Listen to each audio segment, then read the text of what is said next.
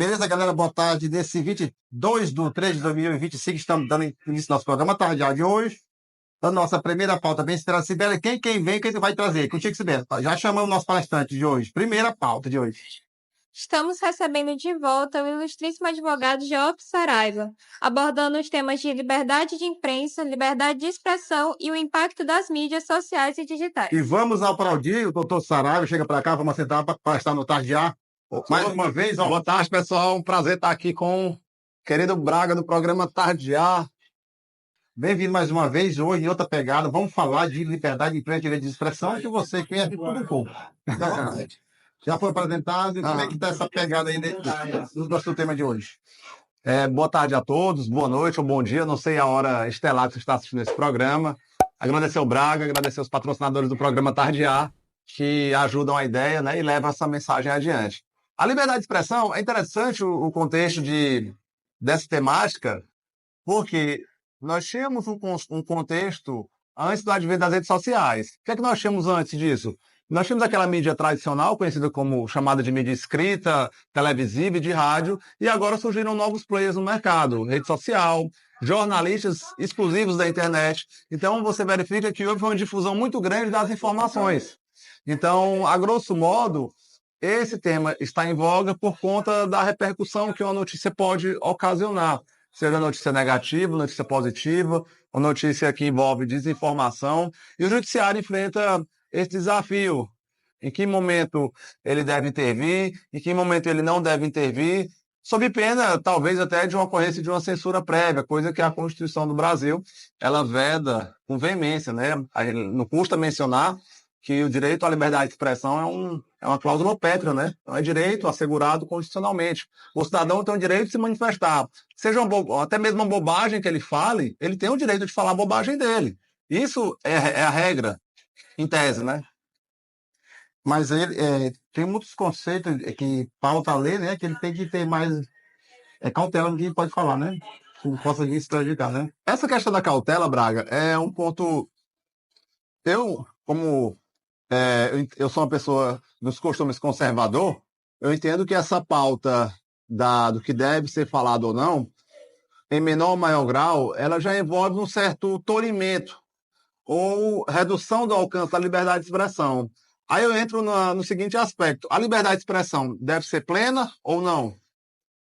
Aí já fica... O campo já fecha, né? Quando você mandar esse segmento, já deu uma travada bem. Exatamente, porque assim como as liberdades, direito de... Por exemplo, na sua casa, o que é o direito de ir e vir? É você poder ir para qualquer lugar sem dar satisfação para ninguém. No meu caso, eu dou satisfação para minha esposa. O meu direito de ir e vir é mitigado por conta das minhas responsabilidades. Mas, brincadeiras à parte, a partir do momento que você tem o Braga, como cidadão Braga, você não pode mais sair após as 22 horas. O Estado fala isso para você. Você concorda que o seu direito de ir e vir fica um pouco mitigado? Com certeza. Então, Braga, você só pode sair de casa após você justificar a sua saída de casa. Seria correto isso? Você já tinha que ficar submisso a outras pessoas, né? Então, por que será que a liberdade de expressão precisa ter uma certa redução de alcance? Então, esse é o desafio. Se você for observar o fenômeno que está ocorrendo nos Estados Unidos, em que a própria plataforma Meta tinha um certo alinhamento e agora, com a aproximação do outro governo, ele já reduziu um pouco do que vai ocorrer. O X, que antes chamava Twitter, ele adicionou um contexto chamado Notas da Comunidade. O que é isso? Se você fala uma coisa lá, se for uma bobagem, uma mentira, os próprios usuários poderão corrigir essa postagem. É interessante isso aí. Eu gosto muito do X por conta disso, da velocidade da informação. E quando a informação é errada, a própria comunidade faz a correção dela. Será que a gente precisaria de um órgão judicial falando se aquilo era certo ou errado? Não custa mencionar que juiz nada mais é do que um servidor público que fez uma prova, submeteu uma prova e recebe um salário do Estado. Ele, enquanto agente do Estado, embutido na jurisdição, não quer dizer que a única forma de pensar daquele magistrado seja a forma correta. Até porque nós temos instâncias de revisão. Tem segundo grau, tem um terceiro grau, que serve para revisar a decisão do juiz. Então, por que a forma que o juiz interpreta a lei é mais correta do que a minha? Ele tem um poder de dizer o que é a lei, como a lei deve ser aplicada. Mas não quer dizer que a interpretação dele seja mais correta. Naquele caso específico, ele está agindo como a figura do Estado. Entendeu o ponto? Ele também pode ser capaz de erro, né? Pode errar, né? Ele é capaz de é uma pessoa como qualquer outra. Ele é um servidor público. Ele tem, naquele momento, aquele poder de decisão. Porque ele passou no concurso e submete a isso, tem um salário, que é pago pelos contribuintes. Então, esse é o ponto. Então, assim como qualquer ser humano, tem seus erros, sua análise ótica da coisa, seu subjetivismo ao que vai analisar. Por isso que existe o livre convencimento motivado. Quando o magistrado vai dar uma decisão judicial, despacha uma decisão, uma sentença, ele tem que motivar o que está fazendo. Ele não pode tirar uma coisa da cabeça dele e colocar no papel e dizer que é uma decisão. Ele tem que motivar, fundamentar na lei. É a lei que baliza o que ele pode ou não fazer. E se a partir do momento que ele interpreta algo que vai contra a lei, aí ele já está legislando. E é aí que ocorre um grande conflito que hoje existe no Brasil. Uns falam que os magistrados se excedem, outros falam que não se excedem, e fica essa disputa eterna, ideológica, fundamental, positivista e etc. E dentro desse impacto legal, entrando já da legislação da mídia digital, que hoje está todo mundo produzindo conteúdo, hoje estamos no caminho sem volta, né? Hoje, quem não se atualizar Quem não se atualizar vai ficar para trás. Hoje, a mídia social é uma comunicação mais rápida, mais direta, né? Então, você verifica que uma mensagem ela pode ser muito rápida.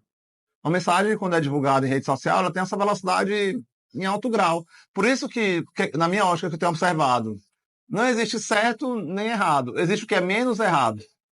Até porque a gente tem um conflito muito grande sobre será se é válido e justo tolher a liberdade de expressão, banir determinadas expressões, banir determinados assuntos. Recentemente eu vi no próprio X a letra do, acho que foi Gilberto Gil, Caetano Veloso, que veio da época da censura, né? Antigamente, como é que era? Do regime militar, perdão. Como é que era? O artista existia, obviamente, ele criava a produção dele e submetia a letra da música ao regime militar que estava instituído naquele momento. E aí o regime voltava quando evolutiva. Censura ou não censura. Assim como eram os jornais, né? Existia a figura do censor, que ficava na porta ali verificando qual era a informação que poderia ser veiculada ou não. E é arriscado quando existe uma forma de trazer esse juízo prévio de notícia para os dias de hoje. Eu acho que aquele tempo não deve mais voltar. E assim como a liberdade de vir, como eu te falei, a liberdade de expressão, no meu entender, tem que ser plena. Claro que existe a responsabilidade. Joff, mas que responsabilidade? Se eu falar uma mentira do Braga, você pode me processar no aspecto civil. Pode pedir uma indenização, existem os tipos penais, né? Tem a injúria, calúnia, difamação. Mas você é responsável por o que você falou. Você falou. Mas não quer dizer que você é livre, entendeu? Não é que você não seja livre. Você é livre para falar, mas você também é livre para responder. E eu acho que é uma proposta legal, sabe? Então tá hoje que quando você prova, o processo pode voltar contra a pessoa, né? Então o processo, se não provou que houve veracidade dos fatos, pode arcar com os honorários, pode... Honorários, custos, indenizações, etc, né? Então, por isso que a liberdade de expressão, pessoal, tem que ser uma coisa com responsabilidade. Você é livre para falar o que quer, mas, entenda, você tem que ser responsabilizado quando você fala uma coisa que ofenda, uma coisa que pode cometer um crime contra outra pessoa, uma coisa que você vai ofender um grupo, uma classe, ou uma matriz política que seja. Então, tem que usar com sabedoria e responsabilidade. Assim como a liberdade de vir, né? Você pode pegar o carro e sair dirigindo à vontade, atropelar uma pessoa? Não, você responde por isso. Falou bobagem, ou falou, sei lá, alguma coisa, a mentira, em alto grau, responde por isso. É a forma mais correta de ser feita. Então, nos perguntando aqui a forma que ela pode impactar, tipo assim, essa liberdade de expressão, tipo assim, falou algo errado, ela pode impactar negativo ou positivo? Depende da forma que é falado, né? Depende da forma como você fala, onde você fala, o teu nível de audiência. E, acima de tudo, se aquilo que você fala é um fato verídico. Por exemplo, imagine um político, regularmente instituído, constituído, etc. O político tem acesso a cota parlamentar, despesas do gabinete. Eu posso falar, eu, enquanto jornalista, comunicador, Eu posso falar que aquele político gastou X reais em determinado local e é um absurdo ele fazer isso. Eu não posso falar isso. É mentira? Não. Não tem ciência, né, do que... Não, é dinheiro público. Eu posso falar. Ele pegou em dinheiro público, gastou, o gasto tem que ser publicado, é público, né? Então, assim, isso não é mentira. Agora, será que seria correto eu falar de um fato verdadeiro, um fato que aconteceu, um fato que envolve dinheiro público, vir um juiz e mandar uma decisão judicial, mandando eu não falar o nome do cara? Desinformação e fake news. Mas isso não é nenhum nem outro. Não, tipo assim, muito se fala hoje, né? Então, assim, é complicado. Inclusive, o STF ele tem um posicionamento, acho que é a DPF 140, salvo engano. Eu já até acionei o STF em algumas ocasiões com essa temática. Eu já atuei em algumas demandas de jornalistas que receberam decisões judiciais, determinando que você não pode falar determinado nome de político, e no STF foi objeto de reclamação constitucional, que é um remédio constitucional, é um processo judicial que você protocola, não é próprio STF, quando há o desrespeito a uma decisão. E aí, nesses processos específicos, o STF, mais uma vez, ratificou o entendimento dele, que a liberdade, nesses casos que foram mencionados, esses casos foram levados, devem ser respeitados. Inclusive, o juiz condenou esse jornalista, dando moral e etc. Mas a notícia rolou. Teve que acontecer. Ou seja, ele teve a liberdade para publicar e também foi responsabilizado por isso. E não simplesmente foi proibido de falar o nome, porque aí já vai a DPF 140 o número. Aí, no caso, tem que responsabilizar alguém, né? Alguém tem que ser penalizado. Se for uma coisa mentirosa, uma coisa que vai causar dano, isso aí tem que ser responsabilizado. Você não, sei lá, uma atitude que vá falar da cor da pele da pessoa, isso é um absurdo. Tem que ser responsabilizado. Você vai objetificar uma pessoa, a opção sexual dela, sabe? Tem que respeitar a pessoa, respeitar as outras pessoas. Respeito é bom, eu gosto, você gosta, todo mundo gosta. Mas quando você trata com falta de respeito, ou trata com mentira, aí sim, aí o judiciário deve agir a contento, né? Acreditamos que a mídia digital está sujeita a sofrer algumas mudanças, alteração, ou está indo bem como está? Olha, Braga, é um ponto interessante. Constante evolução, cara. Eu sou da época do MSN. Você lembra disso aí? Sim, sim. O MSN era um bate-papo que tinha com o teu e-mail, vinculado ao Hotmail, né? A Microsoft. Aí foi para o Orkut, aí surgiu o X em 2009, eu acho, veio o Instagram. E assim, a rede social, a mídia, a comunicação está em constante evolução, né? Por exemplo, o Instagram, quando ele começou, era foto. Aí depois admitiu o vídeo. Depois admitiu o Story para concorrer com o Snapchat. Então, assim, agora veio o TikTok, que já é uma proposta mais estática, com vídeos, aquela música, aquela batida. Tem o YouTube, que é uma plataforma que se mantém.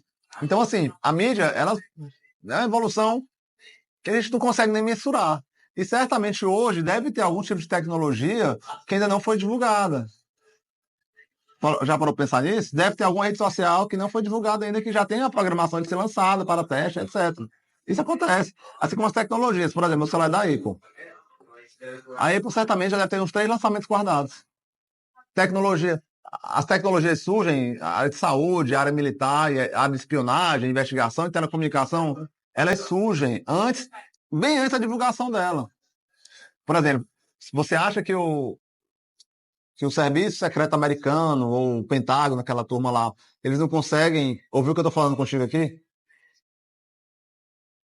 Estão tudo antenados. Sem ter uma pessoa que, claro que consegue, algum tipo de satélite, ele deve ter alguma coisa nesse sentido. Isso é muita tecnologia, é uma tecnologia avançada. Os Estados Unidos têm aviões invisíveis, não são invisíveis, obviamente, mas invisíveis ao radar há mais de 30 anos e seguem lançando novas coisas, novas armas, né? Então, assim, você vê que a tecnologia, ela avança principalmente no campo militar para depois ser jogado no campo civil.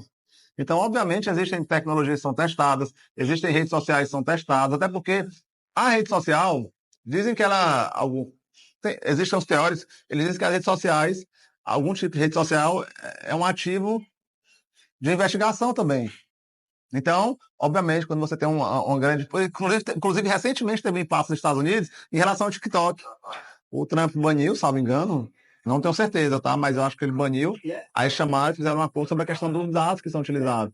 Porque você coloca a sua digital na rede social, tem seu nome, sua geolocalização, sua idade, seus apps, e isso custa muito caro. O banco de dados, os interesses do Braga, o que é que o Braga gosta?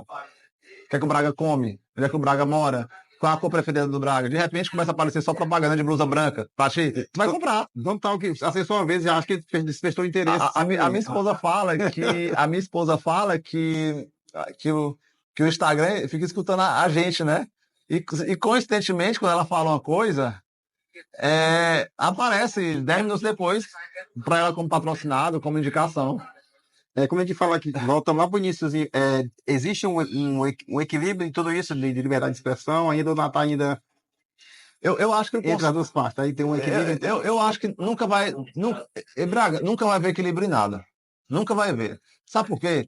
Porque a sociedade é em constante evolução. Inclusive, muita gente vem falando que a gente passa muito tempo, tanta guerra está acontecendo no mundo, né?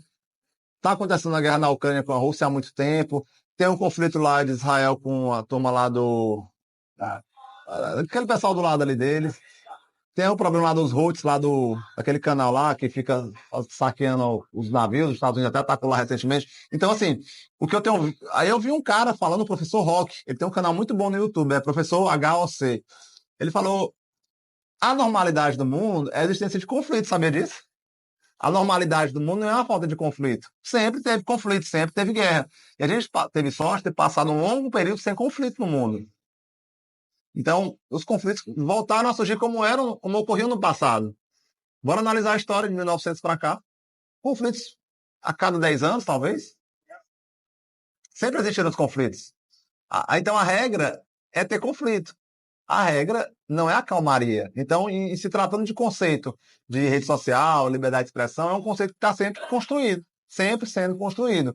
Em menor ou maior grau, tem país que permite mais, tem país que permite menos. Eu acho que o Brasil hoje é um país que tem um nível de liberdade satisfatório.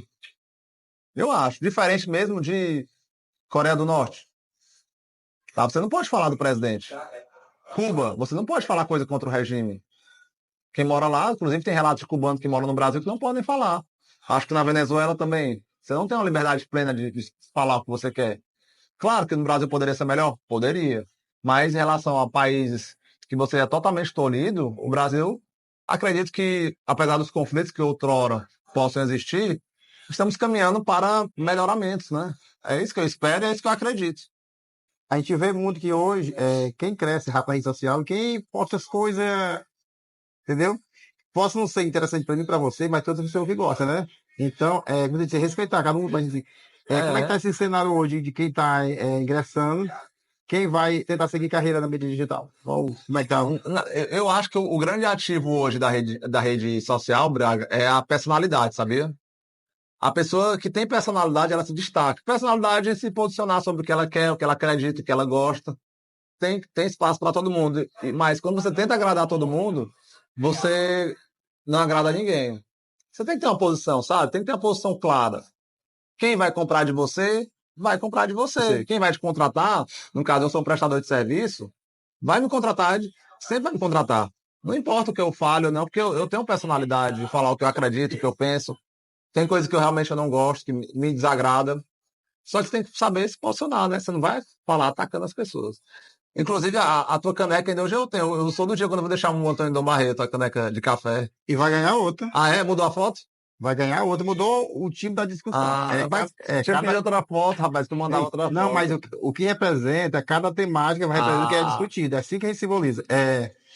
Inclusive, a gente está no momento que uma das áreas de atuação do meu escritório é demanda contra bloqueio em plataforma social, plataforma digital. Sim. Por exemplo, tem muito usuário de Uber, que é motorista, que de repente tem a plataforma bloqueada. E o cara não sabe para onde correr. Existe a via do processo judicial, onde você pode pedir para o Uber, se for uma suspensão indevida, tá? Que se for uma suspensão devida, não tem o que fazer. Se o motorista aprontou, não tem o que fazer, né? Se for uma suspensão indevida, é plenamente possível pedir o restabelecimento pela via judicial. A pessoa que tem um Instagram, tem um TikTok, tem um Kawaii, tem um Facebook que foi suspenso indevidamente, também é possível buscar a via judicial. Detalhe, Braga, é que essas demandas judiciais, elas têm sentido quando a própria plataforma diz respeito ao usuário. Não é difícil ocorrer isso. Você tem sua conta aqui, utiliza ela, respeita os termos de uso e de repente você sofre um bloqueio da plataforma. Você pode socorrer ao judiciário para resolver essa situação. Isso é um ponto que é interessante trazer, até porque tem muita gente que depende disso financeiramente. Recentemente, eu atendi uma pessoa que tinha uma conta no e-commerce bem grande no Brasil, é um e-commerce amarelo, vou nem falar o nome. Mas a pessoa vendia quase R$ 1 milhão por mês de venda na plataforma. Aí ela teve um atraso na entrega em uma semana específica e 6 clientes reportaram. A conta foi suspensa, com quase R$ 300 mil dentro da conta. Né? Pessoa, prejuízo, né? Absurdo. Aí, claro que existe a via judicial, existe essa possibilidade. Mas, assim, passa também pela parte da conscientização. A pessoa saber que é possível, sim, buscar o judiciário se ocorrer algum abuso ao direito dela, que mesmo que ela seja usuária de uma rede social, de uma plataforma, é possível pleitear isso. Como advogado, como é que surge essa orientação? Tipo assim, a pessoa foi lesada. Você pode ser de vários contextos. Chega lá desesperado, né? Você tem que ser um bem psicólogo para dizer como é que é. Bem, Braga, porque geralmente quando a pessoa procura um advogado, ela tem um problema tão grande que ela não consegue resolver sozinha. Porque ninguém contrata um advogado porque acha legal, porque acha bonito. Não, porque advogado custa dinheiro, tem seu preço. Você tem que ter o tempo para ir contratar, tem que ter o dinheiro para pagar. Se você vai abrir um problema pessoal seu para uma terceira pessoa que por vezes é um estranho. Olha, por exemplo, quem advoga em direito de família, olha como é estranho um casal que está se divorciando, que ocorreu alguma situação desagradável entre eles, e abrir os seus fatos, abrir seu coração para um terceiro. É estranho, né? Gostei. Então, por isso que o advogado ele tem que ser esse porto seguro. Ele tem que ser uma pessoa de confiança, que saiba guardar o sigilo necessário ao que está sendo tratado e tem a expertise jurídica para resolver o assunto. Então, se a pessoa tem conta em plataforma digital, rede social, e teve uma suspensão indevida, ela pode sim reunir o protocolo de reclamação, porque ela precisa tentar antes, e tem que ter convicção que ela não fez bobeira, como o Antônio fala, é ensinado na escola. Quando eu tenho que fazer uma coisa errada, eu fiz bobeira. Tá, não pode ter feito bobeira. Se você tiver feito bobeira, tiver violado os termos de uso da plataforma, aí você não vai ter um sucesso na via judicial. Mas se você não fez nada de errado, você tem o protocolo de tentativa prévia de resolução da demanda e o seu direito está resguardado, você tem uma boa possibilidade jurídica. Lembrando que não existe processo com certeza de vitória. Eu sempre falo isso nos meus vídeos, porque tem muita gente que pensa, Joffre, é um processo causa-ganha, entre aspas. Não existe isso. Até porque, como eu te falei, o processo vai ser julgado por um juiz, que é um terceiro. O advogado pede, mas quem vai decidir é o juiz ou o desembargador. Futuro e tendências. Todo mundo fala do futuro próximo e as novas tendências, sempre caminha junto. Futuro e tendência. Acredito que esse formato, o YouTube, por exemplo, ele segue absoluto nesse formato, porque o YouTube hoje é um mecanismo de busca. Inclusive, eu estou lá também. Eu tenho um canal, na verdade, eu tenho 2 canais no YouTube. É o canal Geoff Saraiva e o canal Ronda do Trabalhador. Criei esse Ronda do Trabalhador recente, onde eu falo sobre direito do trabalho. Enfim. E eu acho que o YouTube vai seguir ainda absoluto no nicho, vai seguir absoluto. E rede social, acredito que vai surgir alguma coisa. Vai surgir alguma coisa. O que muda, Braga, é o formato. Agora, diz que o formato desse ano 2025 é o tal do Lo-Fi, que é o formato mais calmo, mais tranquilo, com um vídeo que não é tão editado assim. Essa é a proposta para 2025, né? Então, no próximo ano já pode ser que vai surgir outra coisa e a vida vai acontecendo. Então pode ser uma grande evolução. Ou uma evolução contínua, discreta, sabe? Mas eu acho que nós estamos num nível de uso de rede social tão amplo, as pessoas já acordam e utilizam o celular.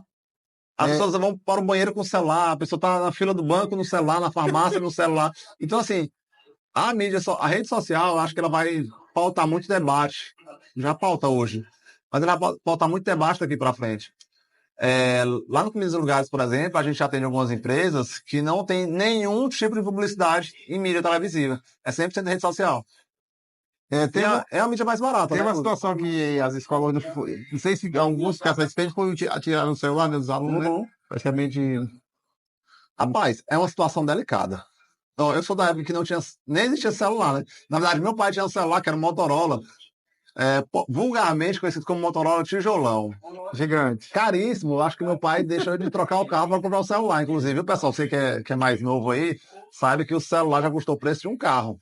Se bem que hoje custa, né? Um iPhone é R$ 15 mil, um Celta 2001 custa isso aí. Enfim, mas o preço de um carro bom, né? Carro mais ou menos. Enfim, o jovem está numa situação delicada. Essa geração que está chegando, Braga, velocidade de informação, sabe? Eu acho que... Eu sou conservador, né? Então eu acho que o jovem tem que ficar sem celular na sala mesmo. Senão não aprende, não adianta. Eu sou adulto. Quando eu estou trabalhando com meu celular do lado, eu fico parando, eu faço várias pausas para mexer no celular. Ah, é porque o problema é teu. Pode ser que seja um problema meu, mas é melhor deixar esse cálice longe de mim. Afaste de mim esse cálice, né? Deixa para longe. Então, se a criança ou adolescente também é muito antenado, não tem um senso de responsabilidade, é melhor cortar o mal pela raiz. Eu não sei como as escolas estão procedendo, mas o meu filho mesmo, enquanto eu puder deixá-lo sem o celular, ele vai ficar sem. Vamos falar um pouquinho da proteção. O que é necessário para a gente se proteger, para não cometer erros? Que a gente precisa, nós somos suscita erro, né?